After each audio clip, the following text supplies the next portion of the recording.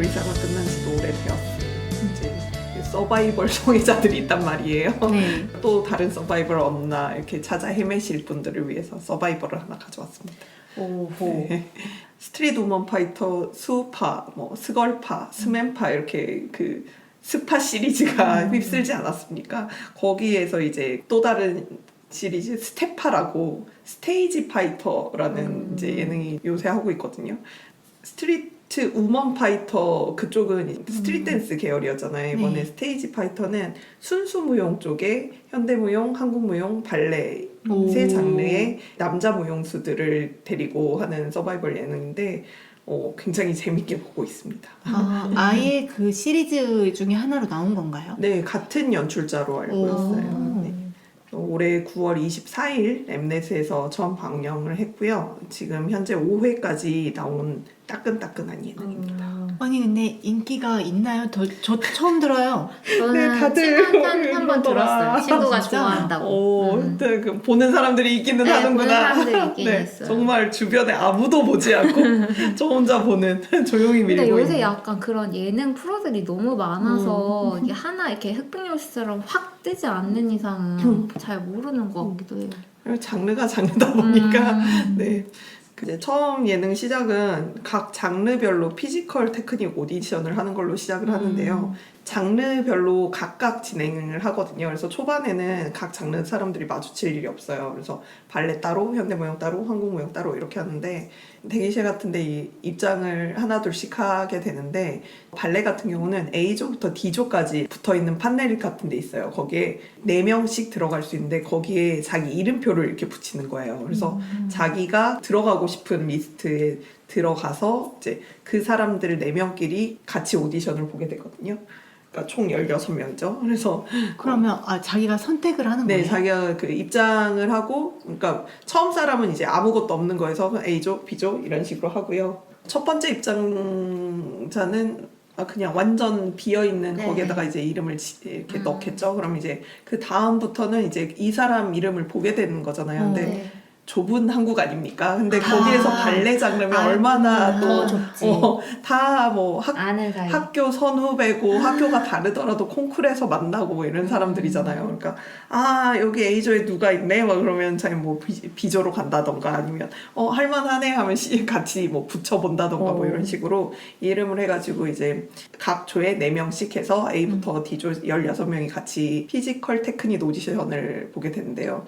첫 번째 그 오디션은 바 테크닉을 봐요. 그러니까 발레 하면 그 등장하는 바 있잖아요. 네. 그래서 바에다 손을 이렇게 걸치고 팔과 다리를 쭉쭉 뻗어가면서 이렇게 방향을 하는 그 정말 기본적인 자세들을 테크닉을 보거든요. 근데 사실 일반인 보기에는 뭐 되게 정적으로 보이잖아요. 움직이지도 않고 그냥 한쪽 팔과 한쪽 다리만 이렇게 딱 움직이는 거니까. 근데 그 동작을 계속 반복을 시키면서 물론 조금 변주가 있기는 하지만 정말 땀이 뻘뻘 흘릴 정도로 그렇게 하거든요. 그러면서 전체적인 뭐 균형 감각이라던가 라인이나 그런 피지컬적인 부분들을 체크를 하더라고요. 그래서 그렇게 하고 이제 4조에 1명씩을 떨어뜨려서 언더 계급으로 보냅니다. 네, 엠넷이 맨날 하는 짓 있잖아요. 네.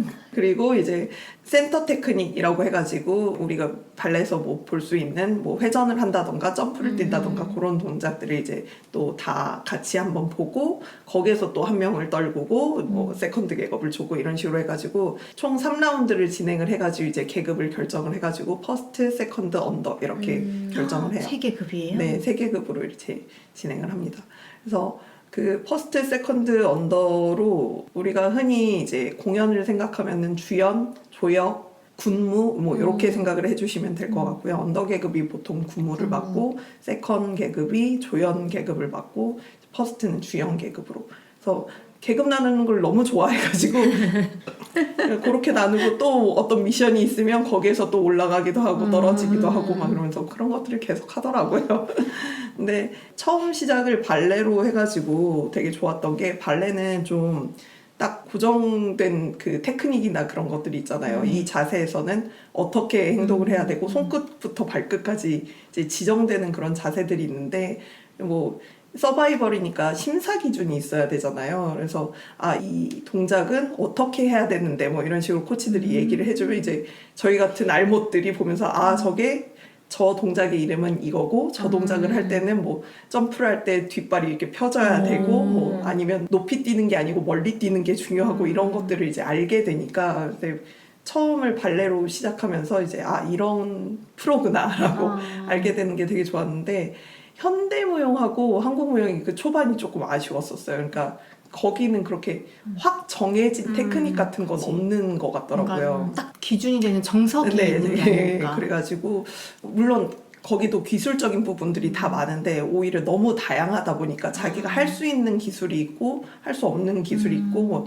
너무 다양해서 그러니까 심사를 하기가 조금 힘든 거예요. 그래서 그런 부분들이 이제 좀 진행되면서 부족한 부분들이 보였고, 근데 이제 그런 기본적인 테크닉이나 피지컬을 심사한 후에는 이제 뭐 창작 안무라던가 아니면 어떤 안무를 정해줬을 때 어떤 안무가 있을 때 그걸 수행하는 능력이라던가 이런 걸 보면서 계속 계급을 결정하고 이제 주연을 따내기 위해서 노력하고 해가지고 무대를 만드는 그런 프로그램입니다.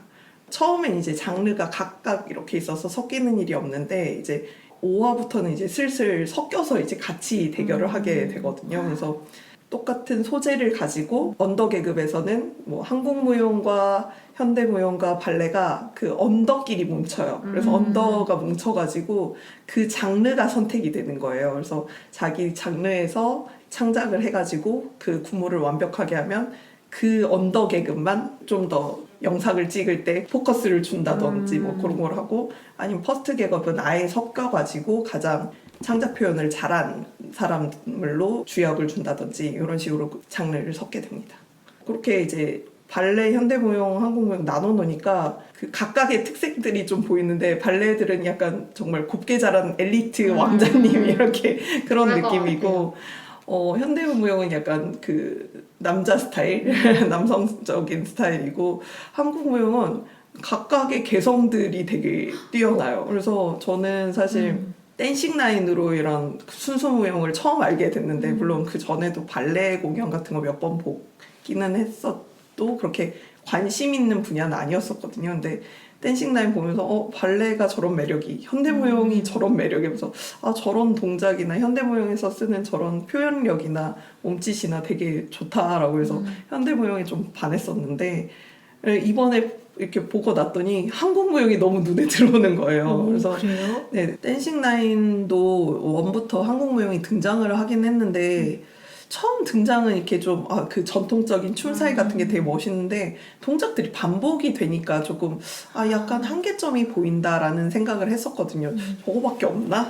좀 아쉬운데 그런 게 있는데 정말 그 사이에 발전을 엄청나게 한 건지 댄싱 라인도 10년 전 예능이니까 아니면 그때 출연했던 그 출연자들의 역량 때문이었을 수도 있고, 근데 지금 보니까 정말 다양한 기술들이 많고 너무나 표현력들이 좋은 거예요. 그래서 스킬과 뭔가 정확하게 피지컬을 좀 완벽하게 컨트롤한다라는 느낌은 발레에서 좀 받고 거기는 정말 극단으로 관리를 해서 모든 것을 컨트롤할 수 있는 그런 점들이 되게 놀랍고, 안무 창작은 현대무용이 되게 강하더라고요. 그래서 현대무용이 상대적으로 그 편집을 좀 덜 받고 있거든요. 한국무용이나 발레는 좀 포인트들을 잘 살려가지고 캐릭터를 좀 인식을 시켜주고 있는데 현대무용은 이게 연출자가 이제 뭐 그쪽이 마음에 안 들었는지 아니면 정말 이렇게 편집점이 없었는지는 모르겠는데 좀 힘을 덜 주고 있어요. 그래서 좀 캐릭터들이 잘 안 보이거든요. 근데 뒤로 갈수록 창작 미션이 나오니까 현대무용에서 좋은 창작이 되게 많이 나오고 있어서 그런 창작이나 뭐 이런 것들, 아이디어들이 되게 좋구나 이런 것들을 좀 느낄 수 있고, 한국무용은 1화부터 되게 개성들이 너무 좋아요. 표현력들도 좋고 그 하나하나가 개성이 되게 뛰어나서 진짜 바로바로 인식될 수 있는 그런 사람들이 많거든요. 이름들도 되게 아니 한국무용 하루하고 이름을 저렇게 지었나 싶을 정도로 그래요. 어떤 이름이요? 최호종, 기무간 막 이래요 이름들이. 흔치 않은 이름들. 김균현 막 이래요. 그래서 아니 한국무용을 하고 이름을 지었나 그럴 정도로 너무 그 장르들의 찰떡이고 다들 개성이 넘치고 해가지고 다들 한국무용에 빠져서 너무 매력적이다. 한국무용에 이런 매력이 있는지 몰랐다 하면서 팬들은 좋아하면서 보고 있습니다. 진짜 완전히 모르는 세계. 그렇죠.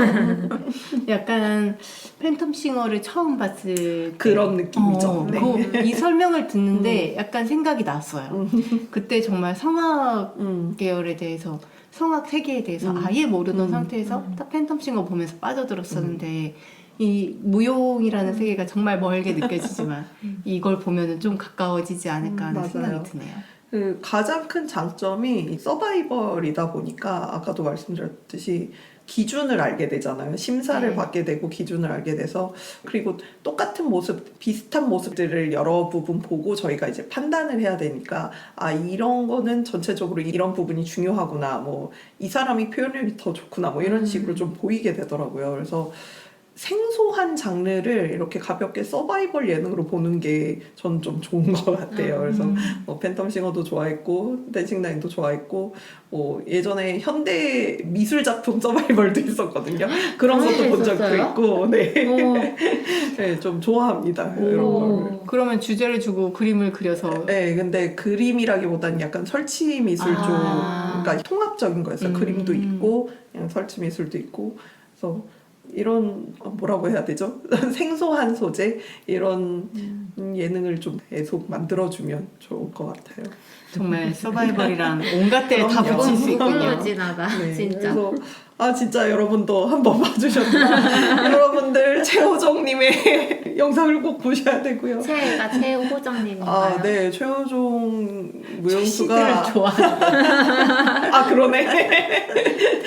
최호종 무용수가 한국 무용계에서 좀 네임든 것 같아요. 그래서 출연을 결정을 했을 때 그 참가자들이 저 대학 입시할 때 저분 영상 많이 봤다 막 이럴 정도로 이제 좀 유명하신 분이고 오히려 근데 무용을 늦게 시작을 했더라고요. 원래는 연극을 준비를 하다가 고3 때 선생님 추천으로 무용을 시작하게 됐는데 진짜 늦게 네. 오셨다. 근데 한국무용과에 입학하게 되고 이제 무용계에 되게 유명한 그 콩쿨이 있어요. 동학 콩쿨이라고 제가 댄싱라인도 그때 보면서 발레 동학 콩쿨 영상 보고 현대무용 콩쿨 영상 보고 막 이랬었거든요. 근데 이번에도 역시나 동학 콩쿨 최호정 하면 이제 뜨는 영상이 있는데 정말 잘해요. 금상 영상인데 그 매년 갈아쳐들어요. 동학 콩쿨 동상 그 다음에 동학 콩쿨 은상 동학 콩쿨 금상에서 대학 입학하고 그렇게 쫙쫙쫙쫙 네.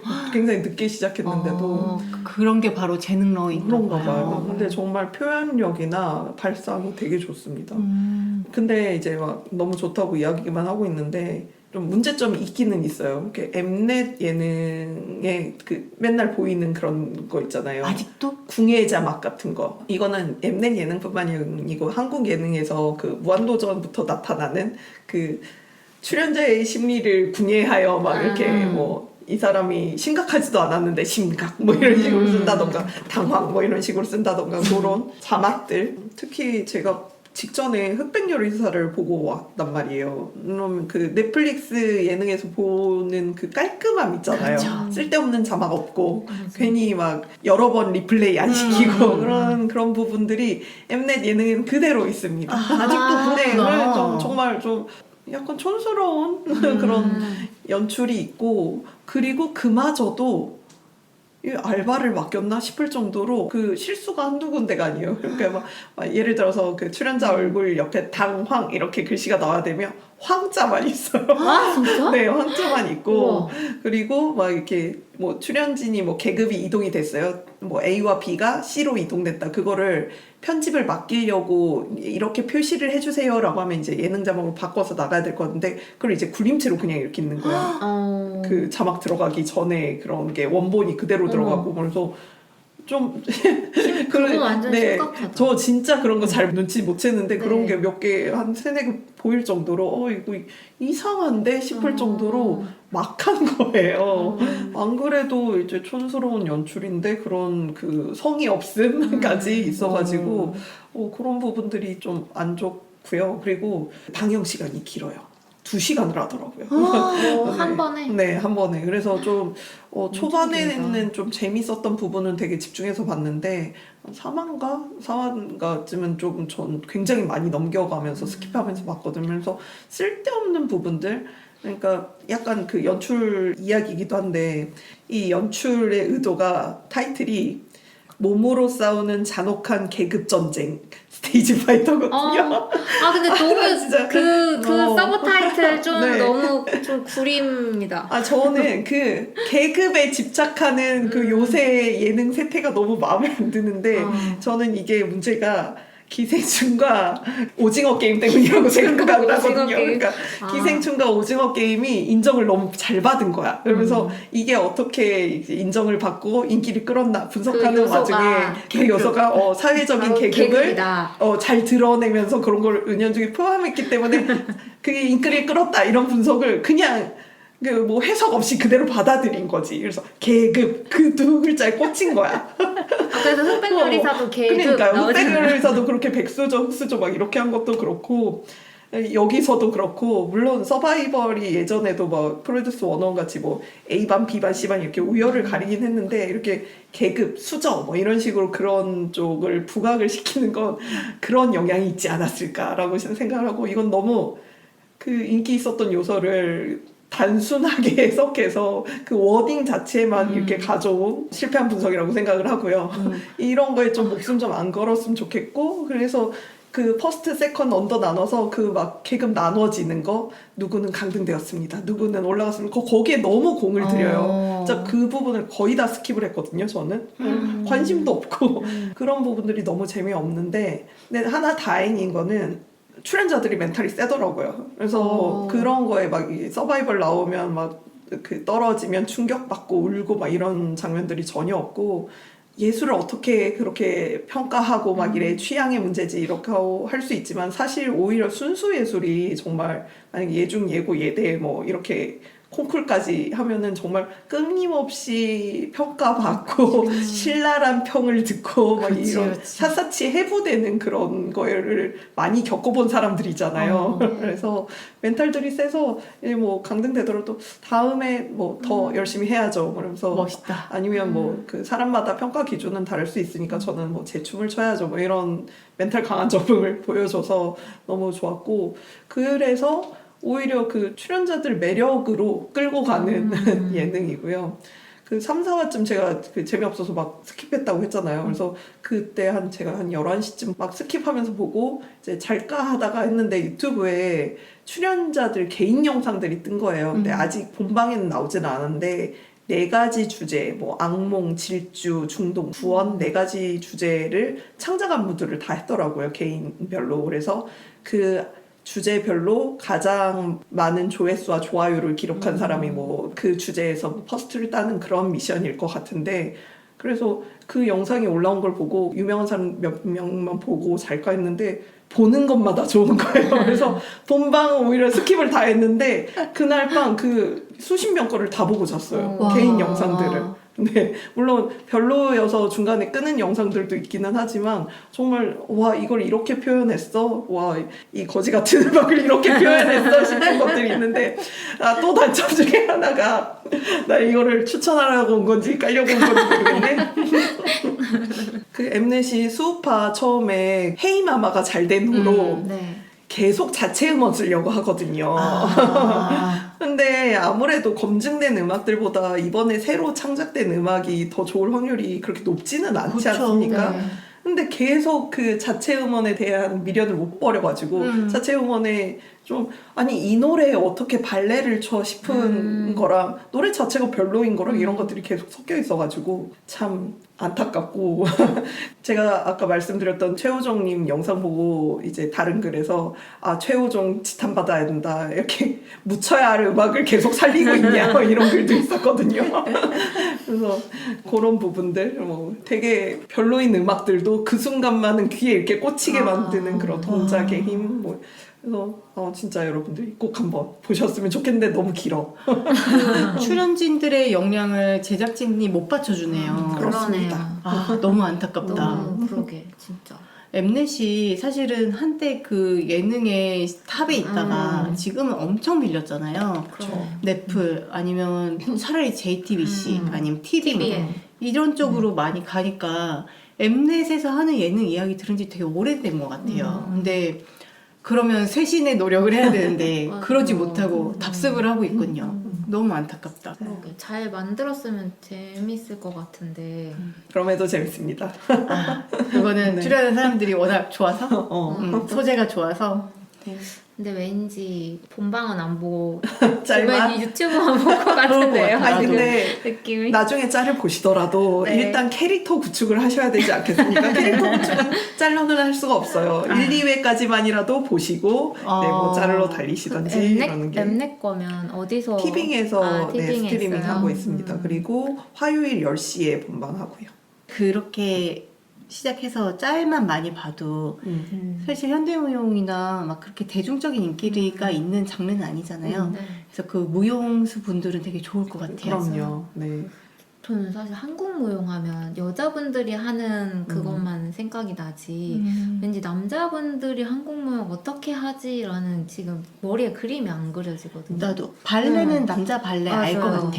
근데 한국 무용, 현대 무용 잘 생각이 안 나요. 그 좋아하시는 분이 한국 무용 하시는 거죠? 네, 한국 무용 하고 계시고 그 범 내려온다 네네네. 거기도 이제 한국 무용 쪽이잖아요. 네. 그런 식으로 최근에 한국 무용이 굉장히 다양한 시도들을 많이 하는 것 같아서 그러니까 약간 보면은 이건 현대 무용 아닌가 싶은 부분들이 있는데 좀 경계를 허물어가면서 이제 전통적인 부분도 품고 사실 한국 무용은 한국인이 하는 무용 아니겠습니까? 네. 그래서 좀 다양한 변주를 주고 있는 것 같아요. 흑백요리사도 그렇고 뭐 아무튼 이런 예능들이 그 변방에 좀 묻혀있던 것들을 많이 드러내주면서 되게 좋은 역할을 하는 것 같아요. 이어지는 70화 3부에서는 약콩이 소개하는 게임 사일런트 힐 2 리메이크 이야기가 계속됩니다.